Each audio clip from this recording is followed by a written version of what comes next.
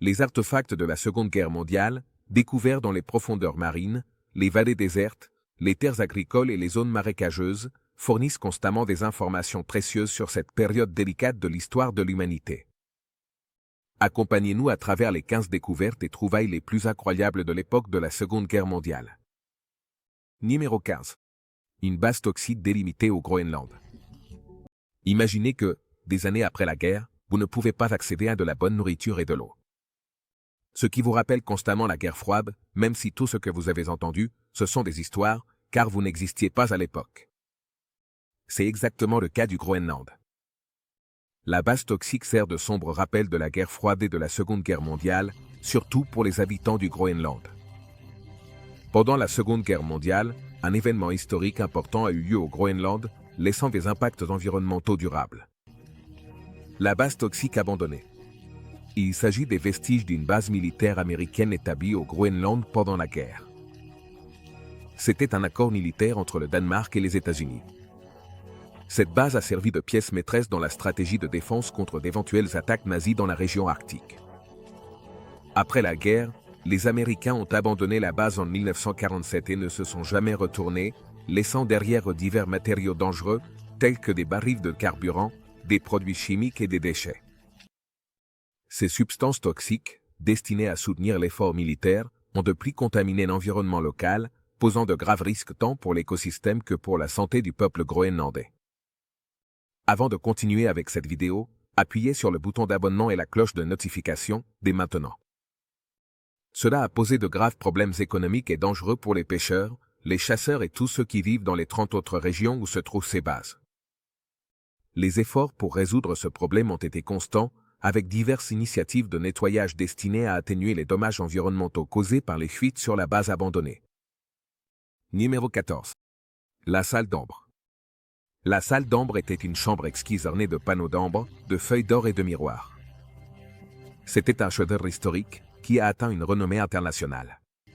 Construite à l'origine au XVIIIe siècle dans le palais de Catherine des Tsars, Kodazalo, près de Saint-Pétersbourg, en Russie, elle était célèbre pour sa beauté opulente, son artisanat complexe. Pendant la Seconde Guerre mondiale, à mesure que les forces allemandes avançaient vers l'Union soviétique, la salle d'ambre est devenue un objectif d'intérêt. En septembre 1941, les troupes allemandes ont capturé le palais et ont ensuite démonté la salle d'ambre, avec l'intention de la transporter à Königsberg, Allemagne, actuellement Kaliningrad, Russie. Les panneaux de la salle ont été soigneusement emballés et transportés, mais le chaos régnant pendant la guerre a conduit à la confusion et à la perte. Fin de la salle d'ambre. Pendant des années, on a tenté de localiser la salle d'ambre après la guerre, mais son emplacement restait un mystère. Plusieurs théories ont circulé. Certains suggéraient qu'elle avait été détruite lors des bombardements alliés, tandis que d'autres croyaient qu'elle pourrait avoir été cachée par les Allemands en utilisant des photographies historiques. Descriptions et éléments de design originaux, les artisans ont travaillé sans relâche pour recréer le chef-d'œuvre perdu. En 2003, le projet a été achevé et présenté au public. Cela s'est produit presque 60 ans après sa disparition. Et cela reste un témoignage de la résistance de l'art et du patrimoine culturel face aux conflits et aux pertes. Numéro 13. L'armée fantôme. Il s'agit de l'un des systèmes de défense les plus intelligents de l'histoire des guerres. Qui aurait jamais pensé à des illustrations sur les champs de bataille? Cette photographie montre l'image parfaite du char blindé. L'armée fantôme de la Seconde Guerre mondiale se dresse comme l'une des unités les plus intrigantes et peu conventionnelles de l'histoire militaire. Conçu comme une opération tactique de tromperie, ce groupe ultra secret faisait partie des troupes spéciales du quartier général 23, chargé de créer des illusions sur les champs de bataille d'Europe pour confondre et tromper l'ennemi. L'armée fantôme a employé un mélange de techniques de tromperie, visuelle et auditive. Ils ont fabriqué des objets comme des chars gonflables, des camions et de l'artillerie, créant l'illusion d'une force beaucoup plus grande et redoutable. Les effets sonores imitaient le mouvement des troupes et des véhicules qui étaient utilisés pour renforcer l'illusion. En simulant de fausses concentrations et mouvements de troupes, l'unité a réussi à détourner l'attention de l'ennemi des véritables lieux de débarquement, contribuant ainsi grandement au succès de la guerre. Malgré l'impact important qu'ils ont eu sur le résultat de la guerre, le rôle de l'armée fantôme est resté classifié pendant des décennies après la fin de la guerre. Ce n'est que dans les années 1990 que leur histoire a été révélée, mettant en lumière leur remarquable contribution à la tromperie militaire. Leur capacité à exploiter l'art et l'innovation pour manipuler le champ de bataille démontre la nature polyvalente de la guerre et le rôle fondamental que peuvent jouer les tactiques non conventionnelles pour obtenir la victoire. Numéro 12. Le naufrage du Bismarck. Le naufrage du Bismarck pendant la Seconde Guerre mondiale reste l'une des batailles navales les plus emblématiques de l'histoire. Le Bismarck était un cuirassé allemand, le plus grand et le plus puissant de son époque. Connu pour sa taille imposante et sa technologie avancée, il était un symbole de la puissance navale de l'Allemagne. En mai 1941, le Bismarck et le prince Jean partirent pour une mission dont le nom de code était Opération Rail. U-Boot, pour perturber la navigation alliée dans l'Atlantique Nord. La Royal Navy britannique considérait le Bismarck comme une menace significative pour ses opérations maritimes et déploya une force considérable pour le neutraliser.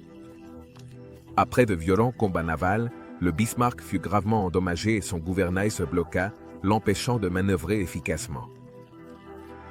Le moment décisif arriva lorsque des avions britanniques du HMS Ark Royal torpillèrent le Bismarck, affaiblissant encore plus ses défenses. Poursuivi par les navires de guerre britanniques, le destin du Bismarck était scellé. Le 20 mai, 741 navires britanniques affrontèrent le Bismarck, handicapé, dans une bataille finale. Submergé par une puissance de feu supérieure, le Bismarck coula sous les vagues, emportant avec lui la majeure partie de son équipage. Le naufrage marqua un tournant important dans la bataille de l'Atlantique, élevant le moral des Alliés et réduisant la menace immédiate posée par les forces navales allemandes. Le naufrage du Bismarck mit en évidence la vulnérabilité, même des cuirassés les plus redoutables. Et il montra l'importance de la puissance aéronavale et des efforts coordonnés dans la guerre moderne. Numéro 11. Le bunker de Hitler. Le bunker de Hitler, un complexe de bâtiments souterrains. Situé sous la chancellerie du Reich à Berlin, il joua un rôle fondamental dans les derniers jours de la Seconde Guerre mondiale. Le bunker fut conçu pour servir de quartier général sécurisé pour Adolf Hitler et son cercle intime. Il se composait de multiples chambres, y compris des logements, des bureaux, une salle de conférence et un système de filtration d'air pour se protéger des attaques au gaz. Alors que les forces alliées avançaient sur Berlin, au début de 1945, il se réfugia dans le bunker. Il s'aventurait rarement à sortir à la surface. Dans cet environnement claustrophobique, il tenait des séances d'information militaire, prenait des décisions critiques et s'est même marié avec eux. Bravo. Le bunker a également été le témoin de discussions tendues entre responsables qui mettaient en évidence la situation détériorée du régime nazi. En avril 1945, avec les troupes soviétiques entourant Berlin, la situation devenait de plus en plus grave.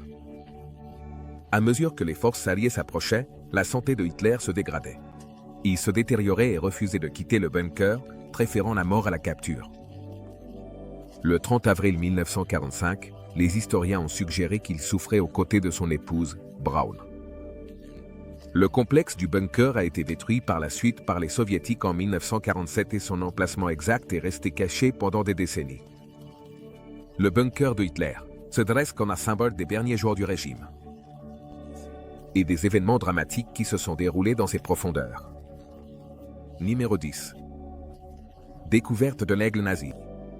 Le majestueux aigle nazi, également connu sous le nom d'aigle impérial, est un symbole emblématique qui représente la puissance et la suprématie du régime nazi pendant la Seconde Guerre mondiale.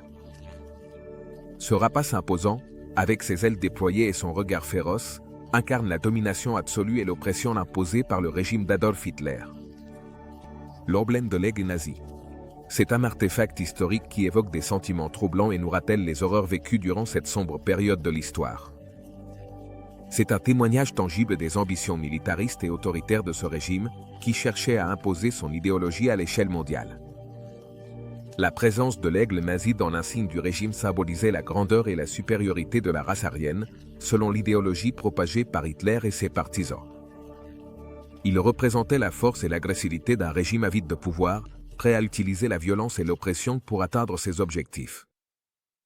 Trouver un tel emblème sous les vagues évoque un sentiment d'inquiétude et de réflexion qui met en lumière les profondeurs auxquelles l'idéologie avait été assumée.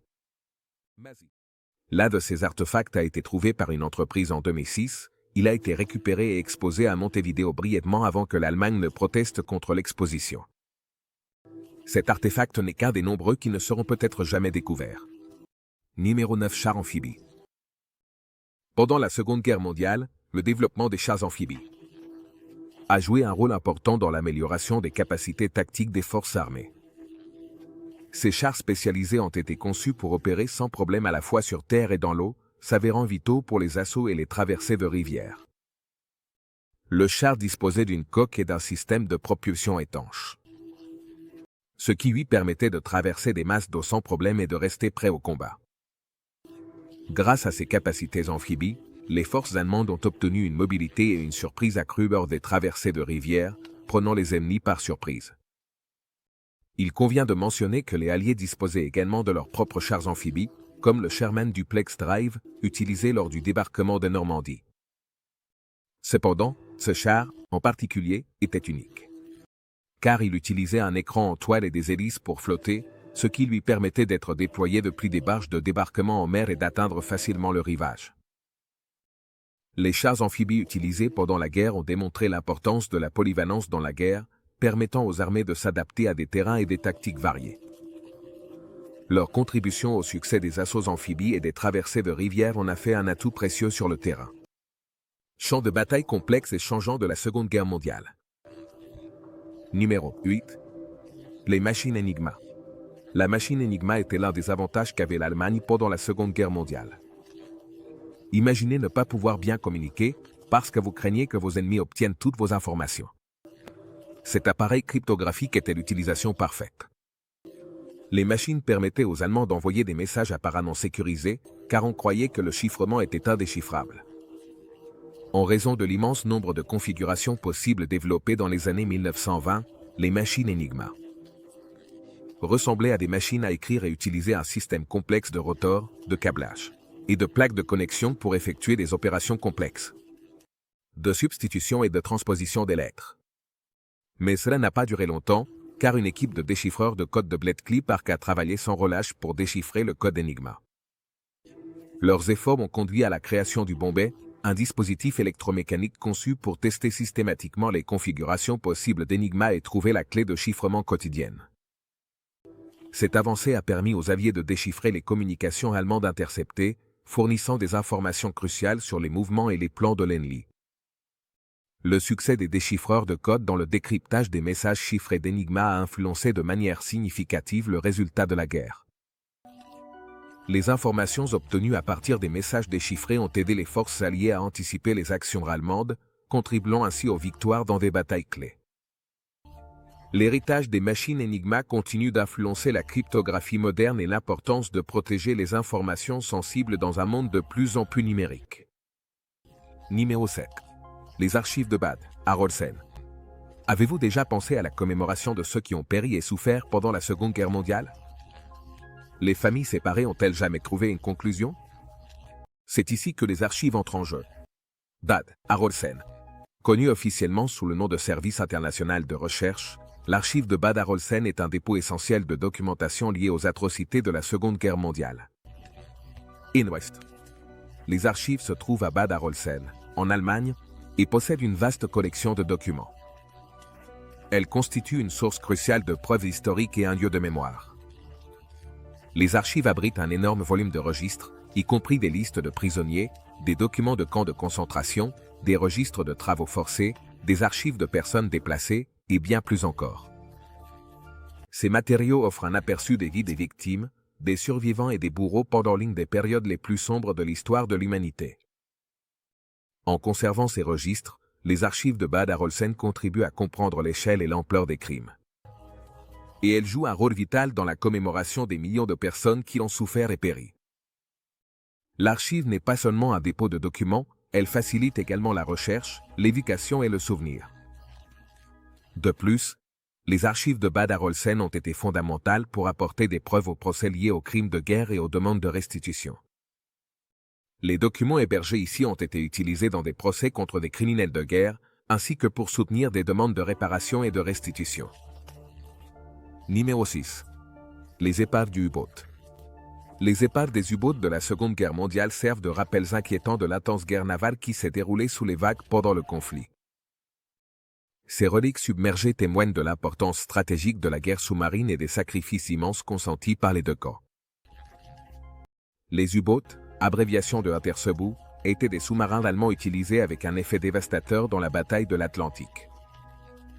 Ils visaient principalement les convois de ravitaillement alliés, dans le but d'interrompre le flux de ressources essentielles à l'effort de guerre. L'offensive des U-boats a atteint son apogée en 1942. Représentant une grave menace pour la capacité des Alliés à maintenir leurs forces en Europe. Au fil des ans, de nombreuses épaves de U-boats ont été découvertes, dispersées dans l'océan Atlantique. Et d'autres mers, qui servent de refuge aux oursins et autres créatures marines. Certaines épaves reposent relativement intactes, tandis que d'autres sont très endommagées en raison de charges de profondeur, de torpilles ou de collisions.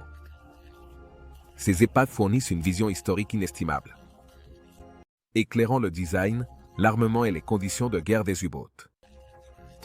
Les épaves de U-boats sont également des tombes pour les marins qui y ont péri. Ces épaves servent de monuments commémoratifs solennels, nous rappelant le coût humain de la guerre. Les marins des U-boats ont affronté des conditions difficiles, allant de compartiments étroits à la menace constante des charges de profondeur et des attaques. Alors que nous découvrons ces reliques, nous devons nous souvenir des sacrifices consentis et des vies perdues durant ces années tumultueuses. Numéro 5. L'or de Yamashita.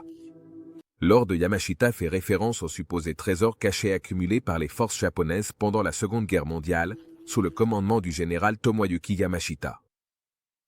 On dit que le trésor provenait du pillage des territoires occupés dans tout le sud-est asiatique et son existence a suscité intrigues et controverses pendant des décennies. Selon la tradition populaire, le trésor comprend des lingots d'or, des pierres précieuses, des œuvres d'art et d'autres objets de valeur, avec des estimations de sa valeur allant de milliards à billions de dollars.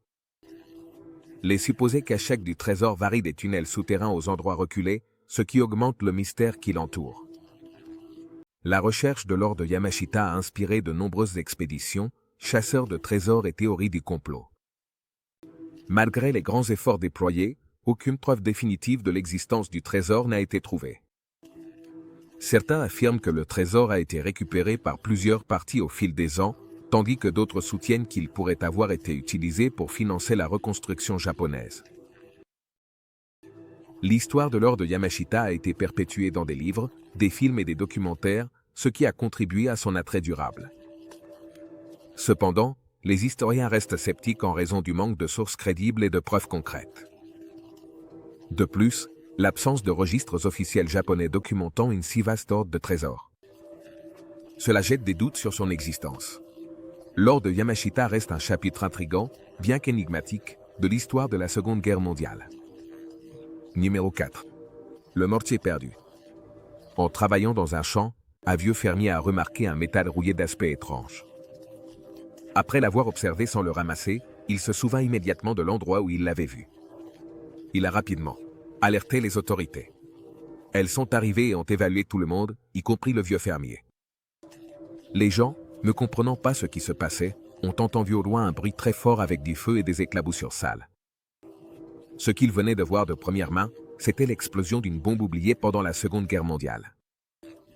Le nom de cette bombe est mortier, mais les historiens ont enregistré toute abondance, comme le mortier perdu. Le mortier perdu de la Seconde Guerre mondiale se dresse comme une relique émouvante d'une époque abandonnée, au milieu du chaos et du conflit. Cette arme symbolise à la fois le pouvoir destructeur et les histoires humaines entrelacées dans l'histoire. Abandonnée sur les champs de bataille, cachés dans des bunkers oubliés ou immergés dans les paysages qui ont été témoins de la fureur de la guerre, ces mortiers servent de témoins silencieux du courage. Le sacrifice et la souffrance, endurés par les soldats et les civils de la même manière. Chaque mortier perdu porte le poids du police, comme tout autre désastre, sert de sombre rappel des sacrifices consentis par les militaires pendant la Seconde Guerre mondiale. Et des dures réalités de la guerre en mer. Numéro 2. Un avion d'attaque perdu. Il y a eu d'innombrables combats acharnés pendant la Seconde Guerre mondiale, qui ont entraîné la perte de plusieurs avions d'attaque. Mais cet avion d'attaque perdu auquel nous faisons référence est la mystérieuse disparition du vol. 19. Un groupe de 5 avions Navy KBM Avenger bombardiers torpilleurs, le 5 décembre 1945. Les avions ont décollé de la base aérienne navale de Fort Lauderdale pour une mission d'entraînement de routine connue sous le nom de problème de navigation numéro 1. Cependant, le vol a rencontré des problèmes de navigation et de communication qui les ont finalement conduits à se perdre au-dessus du triangle des Bermudes. Malgré les tentatives de guider les pilotes vers un endroit sûr, les avions ne sont jamais revenus. Un avion de sauvetage envoyé pour rechercher le vol 19 a également disparu sans laisser de traces. Cet incident a alimenté les spéculations et théories sur les supposées activités paranormales et mystiques du triangle des Bermudes. La disparition du vol 19 a mis en évidence les défis de navigation et de communication auxquels il faisait face à l'époque, et reste un rappel poignant des dangers auxquels le personnel militaire était confronté pendant la Seconde Guerre mondiale. La nature énigmatique de l'incident continue de captiver l'imagination du public. En faisant un sujet d'intérêt historique et en suscitant un débat permanent sur les causes sous-jacentes de la disparition d'avions dans cette région. Numéro 1. Les restes d'un soldat. La découverte des restes d'un soldat de la Seconde Guerre mondiale est un rappel poignant des sacrifices consentis pendant cette période tumultueuse de l'histoire. Le corps du soldat, conservé dans le sol pendant des décennies, offre un aperçu des dures réalités de la guerre et de l'impact durable qu'elle a sur les personnes et leurs familles, qui ne trouvent peut-être jamais de clôture à leurs restes mortels. Avec le temps, à mesure que les archéologues découvrent et déterrent soigneusement les restes, ils sont confrontés à un puzzle complexe d'identité. Tandis que les uniformes des soldats, rouillés, les armes et les artefacts personnels racontent une histoire de devoir et de courage, chaque objet murmure les batailles livrées, la camaraderie partagée et le sacrifice ultime, fait pour une cause plus grande que soi-même. La découverte évoque un sentiment de révérence et de réflexion. Elle nous incite à réfléchir aux horreurs de la guerre et aux tributs humains qu'elle impose. En contemplant la vie interrompue du soldat, nous nous souvenons des familles laissées derrière, des rêves non réalisés et du potentiel inexploité. Le voyage du soldat devient un symbole des innombrables vies altérées et abandonnées à jamais par la brutalité des conflits.